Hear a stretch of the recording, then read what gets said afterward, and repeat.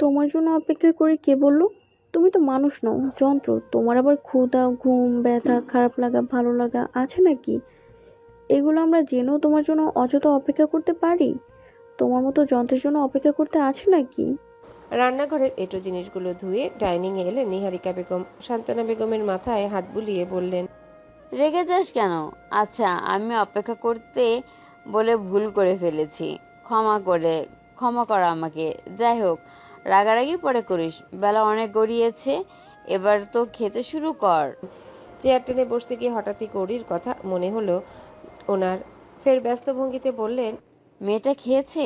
হঠাৎ খেয়াল হলো না সান্ত্বনা বেগমের। বললেন, কোন মেয়েটা? কৌরি। সকালে এত ব্যস্ততায় মেয়েটার কথা তো ভুলেই বসেছিল সান্ত্বনা বেগম।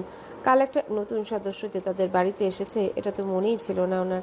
মুখটা অসহায় ভঙ্গিমা করে নিহারিকা বেগমের দিকে তাকালেন তিনি। যাতে যা বোঝার বুঝে নিলেন নিহারিকা বেগম। তবুও কৈফিয়তের স্বরে সান্ত্বনা রহমান বললেন, বিশ্বাস করো বুবু, আমার মেয়েটার কথা একটুও বলতে খেয়াল ছিল না, না হলে। কথা শেষ করতে দিলেন না নিহারিকা বেগম। দু বাচ্চার মা হয়ে গিয়েছে, অথচ সান্ত্বনা সেই সদ্য এ বাড়িতে আসা কিশোরীর মতোই অবুঝ রয়ে গেছে। অবুঝ থাকারই তো কথা। মেয়েটার মনে যে মার প্যাচ নেই। এত বছর সংসারে কত ঝঞ্ঝাট উত্থান পতন গেছে, তবু মেয়েটা আগে যেমন সহজ সরল মনে ছিল এখনো তেমনটাই আছে। তিনি বললেন, এখানে বিশ্বাস অবিশ্বাসের কি হলো? আমি তোকে চিনি না নাকি জানি না, খেয়াল না থাকতেই পারে। আমারও তো মেয়েটার কথা খেয়াল ছিল না, তাই বলে কি সেটা অন্যায় হয়ে গেল? বিশ্বাস অবিশ্বাসের কথা নয়, তবে মেয়েটার কথা তো খেয়াল রাখা উচিত ছিল, সেটার জন্যই বললাম। সান্ত্বনা রহমানের ছোট মুখ করে বলা কথাটা শুনে নিহারিকা বেগম সংগোপনে দীর্ঘশ্বাস ফেললেন। মেয়েটা এরকমই। তার ছোট ভুলগুলো তার অনেক বড় সড় ত্রুটি বলে মনে হয়। মাঝে মাঝে অন্যায় ভেবেও তা আফসোস করে। নিহারিকা বেগম হাজার বুঝিয়ে পারেন না, অথচ সেই সান্ত্বনার সামনে দিয়ে আরও আরেক যা ওনার কত ত্রুটি করে চলে গেল, সেটা থেকেও শিক্ষা নিল না মেয়েটা। বরাবরই ওনারই আদর্শ চালচলনকে আঁকড়ে ধরে থাকার চেষ্টা করেছে সান্ত্বনা। সান্ত্বনা বেগমের কাঁধে হাত রাখলেন তিনি। ফের সান্ত্বনা স্বরূপ বললেন, আচ্ছা ঠিক আছে, সামান্য বিষয় নিয়ে মন খারাপ করে মুখ ছোট করার মতো কিচ্ছু হয়নি, আমি দেখছি। নিহারিকা বেগম কৌরিকে ডাকতে ছুটলেন। সেদিকে তাকিয়ে রইলেন সান্ত্বনা রহমান। কবে যে উনিও একটু সব দিক দিয়ে সবার খেয়াল রাখতে পারবেন কে জানে। এক ছেলে নিয়ে যেখানে তিনি ধৈর্যহারা হয়ে পড়েন, ছেলের কাছে থাকলে তার বাহানায় নিজেকে ভুলতে বসেন, সেখানে সবার খেয়াল খোঁজ রাখা সত্যিই সম্ভব কি? তাহলে নিহারিকা নামক নারীটা পারে কি করে? অসুস্থ স্বামীকে সামলে এই বাড়ির সকল ছেলেমেয়ের আবদার চাওয়া পাওয়া পূর্ণ করতে, যেখানে তিনি সান্ত্বনা রহমান এক ছেলের বাহানাবাজিতে কাতর হয়ে পড়েন। পারেন কি করে গোটা সংসারের ভালো মন্দ সবকিছু এক হাতে সামলেও একটা নারী মস্তিষ্কে সবার খোঁজ খেয়াল রাখতে ভাবির মতো তিনি হতে পারবেন কিনা জানা নেই। তবে ওই গুণী নারীটির মতো হওয়ার সাংঘাতিক লোভ ওনার। বরাবর ওই গুণী নারীটির মতো ওনার গুণে গুণান্বিত হতে চান তিনি। জানালার গ্রিল ধরে নিজের জীবনের এলোমেলো হয়ে যাওয়া সমীকরণগুলো নিয়ে ভাবনায় ডুবে আছে কৌরি। কাল সে কোথায় ছিল আর আজ কোথায়? বাবাও তো কাল তিনি এই সময়টাতে লাশ হয়ে রইলেও দুনিয়ার বুকে ছিলেন, আর আজ তার মৃত্যুর একটা দিন পার হতে চলেছে। সময়টা কত দ্রুত চলে যায়, স্রোতের চেয়েও যেন তার গতিবিধি আরও দ্রুতগামী। কারো কষ্ট ক্লেশ যাতনার কাছে সেই নিষ্ঠুর সময় নামক গতিবিধিটা থেমে নেই। তার যেন কারো কোনো কষ্ট ক্লেশ খারাপ লাগা ভালো লাগাতে থেমে থাকলে চলে না। সে তার রবের হুকুমে স্বাধীনতা চেয়ে আপন গতিতে এগিয়ে চলেছে। বুক চিরে দীর্ঘশ্বাস বেরিয়ে এলো কৌড়ির। সঙ্গে দু চোখ বেয়ে দু ফোঁটা নোনা অশ্রু। কারো পায়ের এগিয়ে আসার শব্দ নিজের রুমের পানের দিকে অগ্রসর হচ্ছে বুঝতে পেরেই সদর পেয়ে দু হাতে চোখের অশ্রুধারা মুক্তগুলো মুছে নিল সে। পায়ের শব্দটা তার পিছনে এসে থামতেই পিছে ফিরল। করি, তুমি আবারও কান্নাকাটি করছো? ম্লান হাসলো কৌরি। নিহারিকা বেগমের কথার জবাব দিতে গিয়েও দিতে পারল না সে। মাথা নিচু করে নিল। আমি কাঁদছি না তো। মায়ের চোখ ফাঁকি দিতে চাইছো? এত সহজ? এবার আর চেয়েও কথা বলতে পারল না কৌরি। শুধু মাথা এদিক ওদিকে নাড়িয়ে না বুঝালো। অর্থাৎ সে মায়ের চোখ ফাঁকি দিতে চাইছে না, আর তা যে সহজ কথা নয় সেটাও সে জানে। তবে সে কি করবে? বাবা যে তার পৃথিবীর একাংশ ছিল, আর সেই অংশ বিশেষে ডুবে যাওয়ায় ওনার স্মৃতি স্মরণে কান্নারা সময় অসময়ে এসে ভিড় করছে তার দুনজরে। তবে সে কি করবে?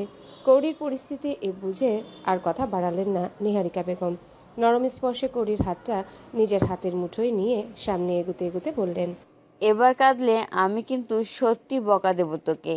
যে সৃষ্টিকর্তা ডাকে চলে যাওয়ার, তাকে কি কেঁদে কেটে তুই কোনো মতেও আটকে রাখতে পারবি, নাকি কেঁদে কেটে ফিরিয়ে আনতে পারবি? তবুও কেন এত মন খারাপ করছিস? আমরা আছি তো।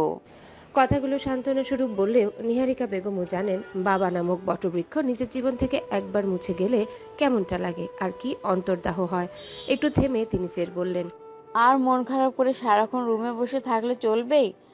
তুইও এখন থেকে আমাদের বাড়ির আরেকটা মেয়ে। খাবি দাবি, সারা বাড়িময় মান্য মৌনতার মতো ঘুরে বেড়াবি। আমি কি করছি, ছোট চাচি কি করছে, সব দেখবি শুনবি। তা না, মন খারাপ করে ঘরে বসে আছে মেয়ে। আর সেই কাল এ বাড়িতে এসেছিস, এখনো তোর আঙ্কেলের সাথে একবারও দেখা করেছিস? করিসনি। মানুষটা না হয় চলতে ফিরতে পারে না বলে তোর সাথে দেখা করতে আসতে পারছে না, তাই বলে তুই যাবি না? আমাকে কতবার বললো, নিহারিকা, মেয়েটাকে একবার আমার কাছে নিয়ে এসো, জানিস তুই। কিন্তু তুই তো কান্নাকাটি করতে মহা ব্যস্ত।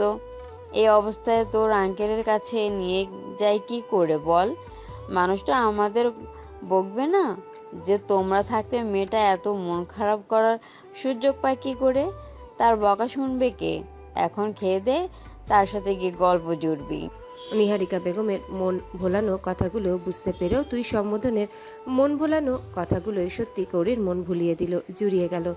যদিও সে বুঝতে পারলো তাকে অবুঝ বাচ্চাদের মতো কথার ছলে মন ভুলানো হচ্ছে, তবুও নিহারিকা বেগমের মমতাময়ী কণ্ঠের কথাগুলো তাকে মোহগ্রস্ত করলো। নিজের আপন আপন কাউকে মনে হলো তার। বস। চেয়ারে বসতে গিয়ে সামনের দিকে নজর পড়ল তার। এই বাড়ির বয়োবৃদ্ধা ফাতেমা বেগম এদিকে এগিয়ে আসছেন, খেতে বসবেন হয়তো। ওনাকে আসতে দেখে আর বসলো না কৌড়ি। উনি এসে বসার পর কৌড়ি বসলো। বিষয়টা কেউ নজরবন্দি না করলেও ফাতেমা বেগম বেশ খেয়াল করলেন। মনে মনে ওনাকে মান্য করার জন্য কৌড়ির এই শিষ্টাচারে তিনি খুশি হলেন, তবে মুখের গাম্ভীর্য আদলে সেটা প্রকাশ পেতে দিলেন না। কৌড়িও নিজের গায়ে মাথায় ওড়না সংযত করে নিয়ে খেতে বসলো, যেটা বরাবর দাদি আপা শিখিয়ে দিয়েছেন, যেভাবে সে নিজেও চলতে চায়। তবে একটু এদিক সেদিক হলেই যে দাদি আপা রাগ করতেন, আজ তিনি কাছে নেই বলে ওনার নিয়ম নীতিগুলো আরো বেশি ভাবেই স্মরণে পড়ছে। দিবা দাদুমণি কোথায়? সে খেয়েছে? ফাতেমা বেগমের কথায় দীর্ঘশ্বাস ফেললেন নিহারিকা বেগম। শাশুড়ি মাকে ঠিক কি বলবেন ভেবে পেলেন না। শান্তনা রহমানের গালে চিবানো খাবারও ধিমে হয়ে এলো। একমাত্র মেয়েকে যে তিনি এবাড়ির সব ছেলে মেয়েদের থেকে সামান্য হলেও একটু বেশি ভালোবাসেন, এটা এবাড়ির সবাই জানে। তাই বলে তার সব আহ্লাদ পূর্ণ করতে হবে ন্যায় অন্যায় ভুল বিবেচনা না করে একটা পোস্ট গ্রাজুয়েশন মেয়েকে এখনো ছোট ভেবে তার ভুল চিন্তা ভাবনাকে প্রশ্রয় দেওয়াটা ঠিক ভালো লাগে না শান্তনা রহমানের। এই জন্য তো তিনি ননদের চোখের বালি। তিনি এখন বাড়িতে নেই, তাই কিছুটা হলেও স্বস্তিতে দিন কাটাচ্ছেন। দিবা মেয়েটা খারাপ এটা তিনি বলছেন না। মেয়েটার মাথায় ভুলভাল চিন্তাগুলো ঢুকিয়ে দিয়ে তাকে খারাপ ভবিষ্যতের দিকে এগিয়ে দেওয়া হয়েছে, যা এখন ভোগ করছে মেয়েটা। না গিলতে পারছে আর না ভোগ করতে পারছে। সম্পর্ক নিয়ে এমন ঝুলন্ত অবস্থায় আছে মেয়েটা। আর শান্তনা রহমানের শাশুড়ি সব জেনে শুনেও নিজের মেয়েকে কিছুই বললেন না। সবাই যখন চুপচাপ, রানী তখন কিছুটা বিব্রত হয়ে উত্তর দিল, আম্মা, দিবা আম্মা এখন খাবে না বলেছে। সে খেতে আসে নাই। শুনে বড় ভাবিজান আমায় ডাকতে পাঠিয়ে দিলেন। তার দরজায় শব্দ করতেই বলল বিরক্ত না করতে, তার সময় হলে সে ঘুম থেকে উঠে খেয়ে নেবে। ফাতেমা বেগম নাতনির এহেন আচরণে মনে মনে একটু বিরক্ত হলেন, তবে খুনাক্ষরেও সেটা মুখাভাবে প্রকাশ করলেন না। দিবার বিষয়টা সেখানেই সমাপ্ত হলো, যেটা নিহারিকা বেগম মানতে পারলেও শান্তনা রহমান মানতে পারলেন না। তবে মুখ ফুটেও কিছু বললেন না, কারো ভয়ে নয়। শাশুড়িকে সমীহ করার গুণটাও তিনি তার পাশে বসা ভদ্রমহিলা থেকে রপ্ত করেছেন এবং মান্যও করেন, কিন্তু মাঝে মাঝে অসহ্য এসব কারবার দেখে মুখ খুলতে বাধ্য হন। পাশে বসা ভদ্রমহিলার সকল গুণ রপ্ত করতে চাইলেও তার মতো ধৈর্য সহ্য তিনি এখনো রপ্ত করতে পারেননি। বিধায় সবকিছু ধৈর্যের বেলায় এসে খামতি পড়ে যায়। শাশুড়ির কথায় ভাবনায় ভাটা পড়ে যায় শান্তনা রহমানের। তিনিও শাশুড়ির প্রশ্ন মোতাবেক কৌড়ির উত্তর শোনার জন্য তার মুখের দিকে তাকালেন। তুমি কোন ক্লাসে পড়ছো মেয়ে? খেতে খেতে কৌরিকে বেশ ভালোভাবেই লক্ষ্য করলেন ফাতেমা বেগম। মেয়েটা খাবারের শালীনতা শিষ্টাচারও ওনার বেশ পছন্দ হলো। মনে হয় মেয়েটা বেশ শান্তশিষ্ট প্রকৃতির, ওনার নাতনিদের মতো উড়নচণ্ডী টাইপের নয়। কালকে মেয়েটাকে শাড়ি পরা অবস্থায় দেখে মান্যতার বয়সী মনে হয়েছিল ওনার, কিন্তু আজ ড্রেস পরা অবস্থায় দেখে তো বেশ ছোট ছোট মনে হচ্ছে মেয়েটাকে। তাই তিনি আচমকায় প্রশ্নটা করলেন। কৌরিও গালের খাবারটা চিবানো বন্ধ রেখে নমনীয় গলায় উত্তর দিল, এবার ইন্টারমিডিয়েট পরীক্ষা দিব, 3 মাস পর আমার এক্সাম। কথাটা বলে মাথা নিচু করে নিল কৌরি। বাবার ইচ্ছা ছিল কৌরি ডাক্তার হবে, মানব সেবা করবে, সেই মোতাবেক পড়ালেখা করে আসছিল। তবে জীবনের মধ্য দুপুরে এসে থেমে গেছে সে। এবার কি আর বাবার স্বপ্ন পূরণ করতে পারবে? অন্যের আশ্রিতা এখন, কে পড়াবে তাকে? আর ইন্টার পরীক্ষাটা পর্যন্ত দিতে পারবে কিনা তার ঠিক নেই। ডাক্তার হওয়া তো শুধুই ঘুমের ঘরে থাকা বিলাসবহুল স্বপ্নের মতো ছাড়া কিছুই না। সবাই চুপচাপ খাওয়ায় মনোযোগী হলেও আর খাবারে মনোযোগী হতে পারল না কৌরি, সেটা খেয়াল করলেন নিহারিকা বেগম। নিজ মনে ভাবলেন কিছু, ফের নিজের পাশে বসা কৌরির হাতখানার উপর নিজের হাতের মৃদু স্পর্শ রাখতে কৌরি ওনার দিকে ফিরল। সেটা দেখে মৃদু হাসি টেনে নিহারিকা বেগম চোখ দিয়ে ইশারা করলেন খাবার খেতে। ইশারা লক্ষ্য করে খাবার খেতে মনোযোগী হলো কৌরি, যদিও খেতে ইচ্ছা করলো না তার। কি রে, কাল এসেছিস, আজ একদিন পূর্ণ করেই তবে আমার সাথে দেখা করার সময় মিলল তোর? এত মন খারাপ ছিল? আমি একবার যেতে চেয়েছিলাম, নিহারিকা বলল, তখন তুই ঘুমিয়ে গেছিলি। অমায়িক ব্যবহারে এই কাকু নামক মানুষটাকে কৌরি কয়েকবার দেখেছে, তবে উনি তখন সম্পূর্ণ সুস্থ ছিলেন। বাবা আর কাকুর মধ্যে খুবই ভালো বন্ধুত্বপূর্ণ সম্পর্ক থাকলেও তাদের পরিবারের মধ্যে তেমন কোনো সম্পর্ক ছিল না। বাবা ঢাকাতে এলে কাকুর সাথে দেখা করতেন, এই বাড়িতেও আসতেন, খেয়ে দিয়ে যেতেন। যেটা কৌরি বাবার মুখে শুনেছে, কাকু কোনো কাজে গ্রামে গেলে বাবার সাথে যোগাযোগ করতেন, তাদের বাড়িতে থেকে আমোদে আহ্লাদ করে চলে আসতেন। সেই হিসেবে কাকু নামক মানুষটাকে চেনা কৌরির।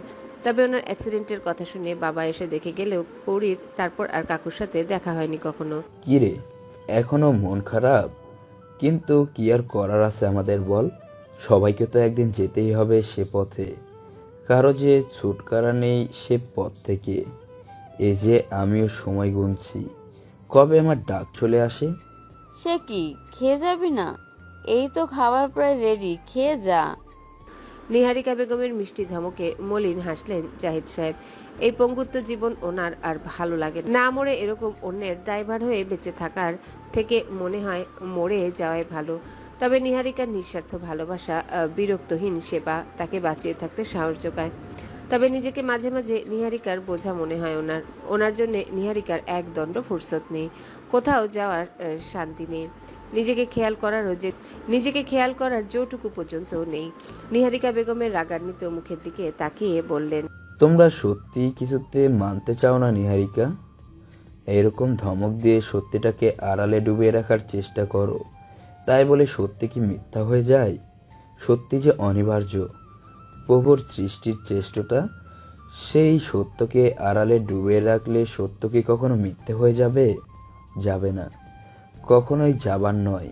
থামলেন জাহিদ সাহেব, পাশে বসা কৌরির মাথায় হাত রাখলেন, ফের নরম কণ্ঠে বললেন, চিরন্তর বাস্তব বলে সত্যকে মেনে নেওয়া শেখো মা, তবে দুঃখ কষ্ট কম হবে তোমাকে, দুর্গম পথ সহজ মনে হবে।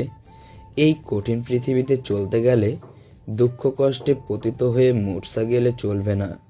সত্যকে মেনে নিয়ে নিজেকে শক্ত করো, সামনের দিনগুলো সহজ হবে। অন্যদিকে উপদেশমূলক বাণী শোনানো সহজ বিষয়, কিন্তু সেটা অপরপক্ষের মানা ঠিক তার বিপরীত বিষয়। এটা জাহিদ সাহেব জানেন। ক্ষণিকের এই পৃথিবীতে সৃষ্টিকর্তা মায়া, টান, ভালোবাসা তো এমনি এমনি সৃষ্টি করেনি। আর পিতামাতার মতো মহামূল্যবান সম্পর্ক, সেই পিতামাতা জীবন থেকে ডুবে গেলে সূর্য অস্ত যাওয়ার মতো নিজের জীবনটাও অস্তমিত মনে হয়। নিজের বাবার মৃত্যুতে সেটাই অনুভব করেছেন জাহিদ সাহেব। আর সামনে বসা এই মেয়েটার তো পিতামাতা দুজনেই অস্তমিত, বাবা মা সমতুল্য, চাচা চাচির থেকেও নেই, আর দাদি সেও ডুবুডুবু ভাব। আর সেই মেয়েটাকে এসব বাণী শুনিয়ে কি সহজে শান্ত করা যায়? মেয়েটা যে কখনো বাচ্চা, সেই বাচ্চা মনে কত আঘাত একটার পর একটা নির্মমভাবে হানা দিয়ে চলেছে, আর মেয়েটা ভাগ্যে নির্মম পরিহাসের সাথে তাল মিলিয়ে এগিয়ে যাচ্ছে। এটাও বা সত্য মানার থেকে কম কিসে? প্রসঙ্গ পাল্টে জাহিদ সাহেব আরও বিভিন্ন কথা কৌরির সাথে বলতে থাকলেন। মেয়েটাও চুপচাপ শুনল, সহজে উত্তর করল না। এই বাড়ির এই মানুষটা বাদে সর্বত্র মানুষগুলো তার অপরিচিত, তবে এই মানুষটাও যে খুব পরিচিত এমনটাও নয়। বিধায় ওনার সাথে সহজ হয়ে কথা কৌড়ির একটু সংকোচ হলো। তবে মানুষগুলো ভীষণ ভালো, তার রক্তে সম্পর্কিত চাচাচির মতো অন্তত নয়। সারা সকাল দুপুরটা কৌড়ির একাকিত্ব কেটে গেলেও বিকালের দিকে আবারও হইচয়ে পূর্ণ পরিবেশের মিলন মেলা শুরু হলো তার রুমে। মৌনতা 4টার পর স্কুল থেকে এসে কোনো মধ্যে খাওয়া গোসল সেরে তার সাথে এটা ওটা নিয়ে বকবক শুরু করে দিল। চিকন চাকন গরনের ফর্সা মেয়েটা বেশ কৌতূহলী আর চঞ্চল, তবে প্রচণ্ড মিশুকে স্বভাবের। তার অতি মিশুকতা সহজে মানুষ তার কাছের মানুষ হয়ে যেতে বাধ্য। কাল তোমার রুমে আসা নিষেধ ছিল, এজন্য তোমার কাছে আসতে পারিনি আমি। সকালে স্কুল ছিল, যদিও আমি যেতে চাইনি, আম্মুর বকুনিতে যেতে হয়েছে। আর বাবা দাদা ভাইরা জানলে বকবে আমি স্কুলে কেন যাইনি, তাই সকাল থেকে এই পর্যন্ত তোমার কাছে আসতে পারিনি। কিন্তু তুমি বিশ্বাস করো, আমি স্কুলে থাকলেও মন আমার তোমার কাছে আসার জন্য, তোমার সাথে কথা বলার জন্য ছটফট করছিল। তবে চেয়েছিলাম টিফিন পিরিয়ডে বাসে চলে আসব, কিন্তু তখন বাসে আসলে আম্মু আমাকে খুব পিটানি দিত। আর জানো, আমার একটা ছাগলি বান্ধবী আছে, সেও আমাকে কিছুতেই আসতে দেয়নি। বাড়িতে আম্মু আর স্কুলে তিন্নি। আসলে ওর বা কি দোষ? ও স্কুলে না আসলে আমার ক্লাসে মন বসে না, সেখানে আমি না থাকলে ওরও তো ভালো না লাগার কথা। যাই হোক, কাল যখন তোমাকে দাদাভাই এ বাড়িতে নিয়ে এলো, আমি মনে করেছিলাম দাদাভাই বিয়ে করে বউ নিয়ে এসেছে। তবে সাদা শাড়ির জায়গায় লাল একটা শাড়ি পরলে দাদাভাইয়ের বউ হিসেবে তোমাকে কিন্তু দারুণ মানাতো। একদম পারফেক্ট জুটি। তুমি কিন্তু খুব সুন্দর দেখতে। দাদাভাইয়ের পাশে কিন্তু তোমাকে দারুণ মানায়। তবে এত কথা জের ধরে একটু থামলো মৌনতা। কৌড়ির ডগর ডগর নিষ্পলক নজরের পানে চেয়ে ফের দুঃখী দুঃখী মুখ করে বলল,